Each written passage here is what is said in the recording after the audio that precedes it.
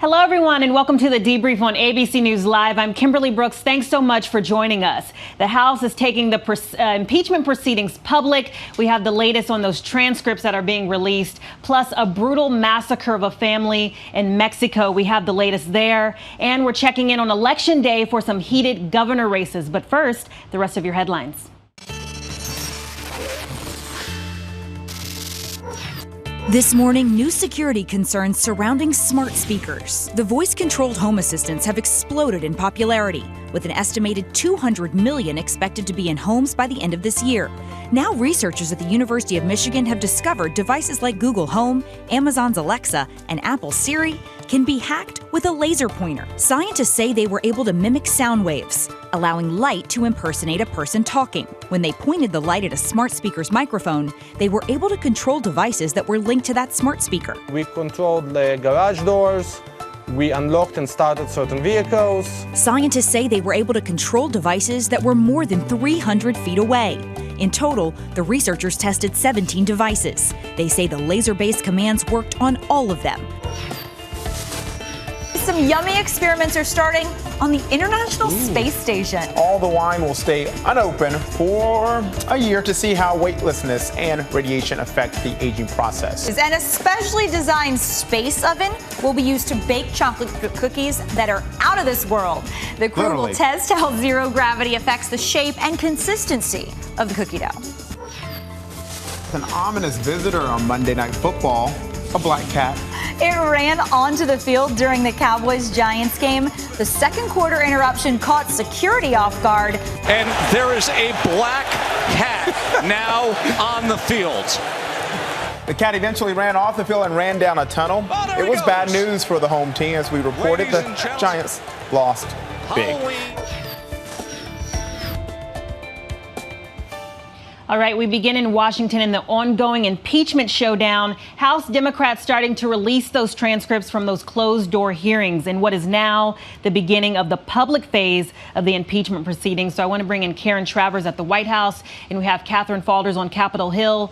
Catherine, I'll start with you. You know, Republicans have been complaining about this process being secret, but from those transcripts, we see that they were pretty much equal participants. So what did we learn about these transcripts? Well, absolutely. You see that Republicans are also in the room, Republican lawmakers and attorneys for the committees. But what we learned from those newly released transcripts yesterday is that former Ambassador Marie Yovanovitch, she told lawmakers that she was the target of the smear campaign by the president's personal attorney, Rudy Giuliani. She said that when the president mentioned her on that phone call, that she reached out to one of her counterparts, Gordon Sondland, another transcript that we'll see today. And one of the quotes from her testimony that was so significant is when she said that she asked Sondland for advice on what to do.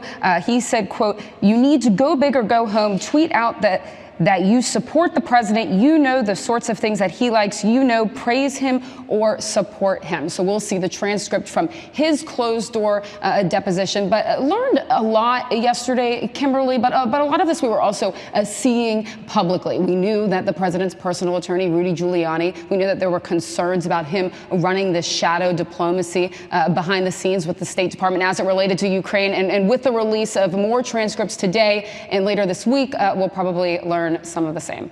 Yeah, and Karen, Catherine mentioned Yovanovitch. I think it's interesting because President Trump said he didn't know Yovanovitch, and yet the transcripts say something different.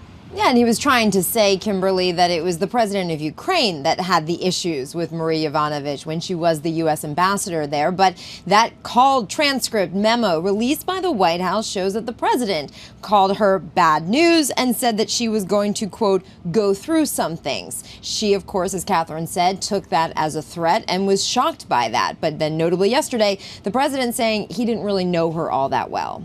And Catherine, just before we go, who else is set to testify this week? Yeah, well, we have some other officials who are on the schedule to testify, some OMB officials.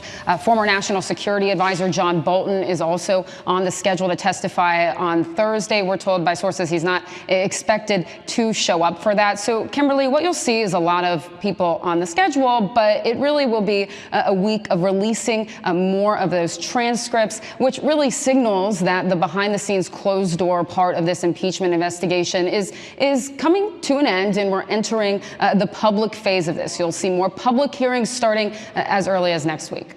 All right. Catherine Falders on Capitol Hill and Karen Travers right there at the White House. Thank you guys for the updates.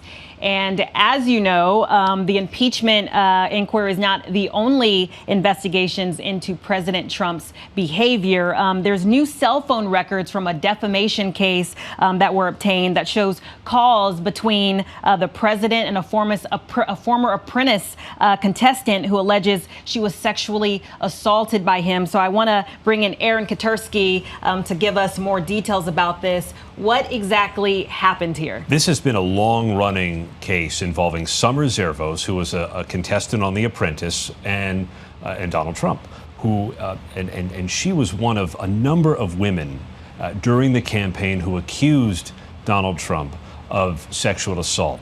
He denied it. And then Summer Zervos said he defamed her by calling her a liar, and she decided to sue. She's been pressing this case. The president's been fighting it, but it's gone forward.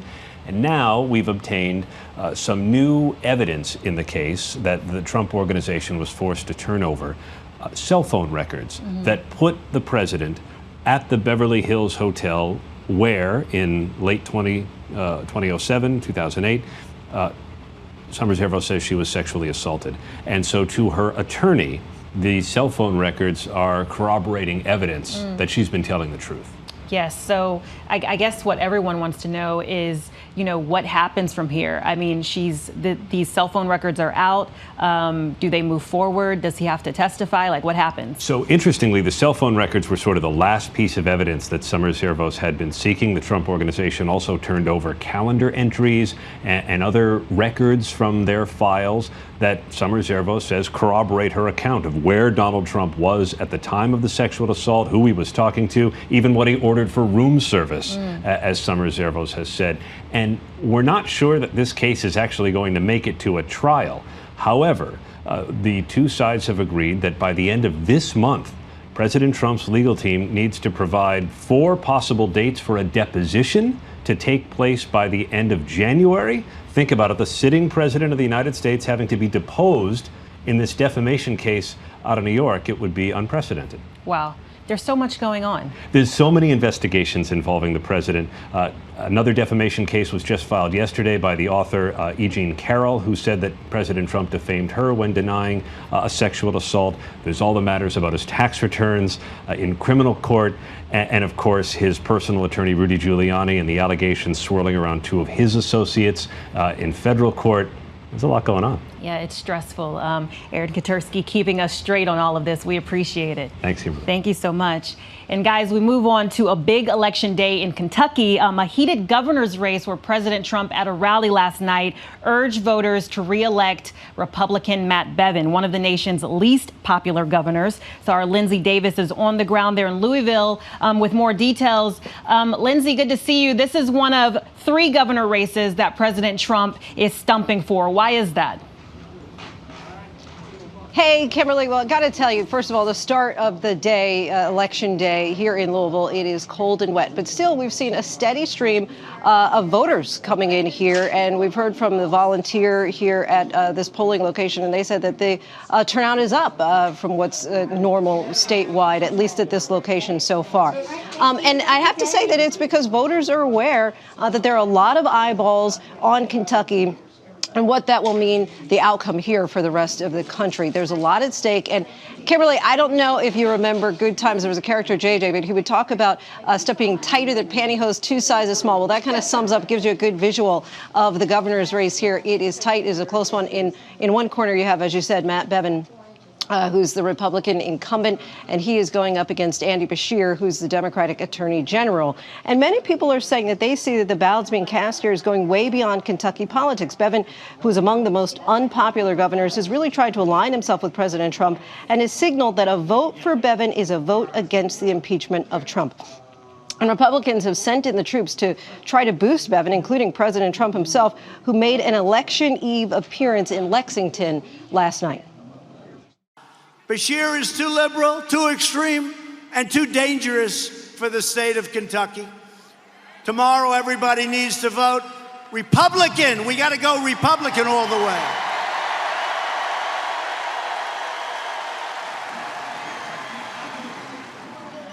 But Bashir, he has a history here in Kentucky. After all, his father was a two-term governor, a Democratic governor who preceded Bevin. And he's really tried to take this locally. While Bevin has tried to make this election a national one, he's really trying to focus in particular on two local issues, education and health care. And those are two issues where Bevin has really alienated many voters. And many may remember when his overhaul of state pension plans prompted teacher walkouts. And Bevin has also gotten a lot of pushback as a result of his efforts to curb Medicare expansion. Kimberly. All right, so obviously a lot at stake here. Lindsay Davis, right there in Louisville, Kentucky, thank you so much. And I guess this is a good time to remind everyone to get out and vote today. All right, guys, we move to a very tragic story, a massacre yesterday in northern Mexico. At least 9 members of a prominent Mormon family killed by gunmen thought to be a part of organized crime. So our Kirit Radia joins us now. Kirit, I'm glad you're here because the details of this case are horrifying, especially knowing that children were killed in broad daylight. Yeah, it's a really horrifying story, Kimberly. This is a family or a group of families that were traveling by convoy through northern Mexico. They lived there. They've lived there for a couple decades, and they were attacked by gunmen. We don't exactly know who it was. The family is blaming cartel members for the attack, but the Mexican government has confirmed that 9 people were killed. We believe that almost all of them, if not all of them, were American citizens. There were 3 adults, 6 children, and several children injured as well, including one boy who was the oldest of the group, and after the shooting happened, was able to get some of the other kids to go hide in some trees and then run for help. It's surreal. It's crazy. Do we know if this was intentional? We don't know. We don't know a lot about this. This just happened yesterday. The family seems to think that they may have been mistaken for somebody who was traveling along that same route. They were traveling in Suburbans, but we don't know. The government was asked about that this morning. They don't know either. You know, it's part of an area that's controlled by several cartels. We know that these routes, these drug smuggling routes towards the U.S. border, this happened just 100 miles south of the Arizona border. These are really lucrative routes for some of these cartels, and we know that they're fighting over those routes. And so it's possible that even though they lived in the area and knew the area very well, they may have just been in the wrong place at the wrong time. Yeah, it's really sad. It's unbelievable. President Trump had tweeted yesterday saying he wanted to help eradicate and wage war on the cartels. But do we know what the Mexican government is doing to combat all of this? Yeah, and it's actually been very controversial there. You may remember a couple weeks ago there was that shootout in Sinaloa when the Mexican government tried to go after the son of El Chapo, who's the notorious boss of the Sinaloa cartel. And they were essentially repelled by the cartel gunmen on the streets after this ferocious gun battle. These cartels really operate with impunity in large parts of Mexico. We've seen the death toll spiral throughout that country, ordinary Mexicans getting caught up in the violence. And so this new government has actually tried a little bit more of a hands-off approach where they don't want this bloodshed in the streets, but it's obviously controversial because the death toll continues to climb. It's terrifying, it's scary, but we appreciate you giving us what you know. Kirit Radia joining us right now. Thank you so much. Thanks, Kimberly. Good to see you. And guys, more horrifying news. We're moving overseas to the bloodshed in Iraq. Over a month of violent protests there, where more than 275 people have died and thousands more injured. These protests are sweeping across the Middle East with no end in sight. So our Middle East producer, Matt McGarry, joins us now from Beirut. Matt, thank you for being with us. I just want to start with Iraq because that's what I was talking about first. Can you remind us of why the Iraqi people are protesting? Yeah, good morning, Kimberly. The Iraqi people are pretty much protesting the same thing that the Lebanese people are, which is a government that they feel is corrupt, ineffective, and cannot deliver any public services. In both cases, in Iraq as well as Lebanon, the rulers have been able to rule for many years by convincing people that sectarian divides are very real. They make people fearful of the sectarian divides. And now the new generation is coming up and they're saying, we're not quite as religious as our fathers were, our grandfathers. We identify more as members of our nation. We have a more of a stronger national identity than religious identity. And we want to do away with the old order, the old rulers. We don't want to be ruled by people who are corrupt and take the money from the public purse and return nothing back to us. Do you think that the protests there have sort of influenced the protest in other parts of the Middle East, because it's sweeping all over the Arab nations right now? There's a new groundswell of protests. It's all just started happening in the last few weeks. Many observers are calling this Arab Spring 2.0. We've had unrest in Sudan, and that looks like the people there, after many months, have been able to form a new public-spirited coalition government. We've had Algeria. We've had the same kind of thing in Lebanon and in Iraq. It doesn't seem to be like there'll be any positive outcome, at least in the short term. The difference between Lebanon and Iraq really is, as you pointed out in the introduction, that in Iraq it's been very bloody so far. We've had at least 275 people killed just in the last few weeks of protests, and that number is probably going to climb as the protests continue. Here in Lebanon, it's been much more peaceful so far. The police and the security forces have intervened a little bit to try and move people away from the blockades and open some of the roads. But in both the cases, it appears that the governments are stalling for time. They don't seem to be ready to hand over power just yet. People in both countries say that they're not going to quit until they get a positive outcome. All right. Lots of unrest. I want to thank you, Matt McGarry, right there in Beirut. Thank you so much. And so we're going to move to a disturbing story out of Colorado. A potential terror attack stopped with the FBI arresting this 27-year-old man accused of plotting to bomb a synagogue as part of what he called a racial holy war. So our Clayton Sandell is in Pueblo, Colorado with more details. Clayton? Hey, Kimberly. First off, I want to welcome you inside Temple Emmanuel here in Pueblo, Colorado. This is the second oldest synagogue in Colorado. It was built in 1900, a beautiful building here, but it now finds itself at the center of a domestic terrorism plot. Authorities say a suspected white supremacist by the name of Richard Holzer, he's 27 years old, caught the attention of the FBI after going online using multiple Facebook accounts to spread a message of hate and also his desire to blow up this synagogue using explosives. So Holzer claims to be a former KKK member, also a skinhead.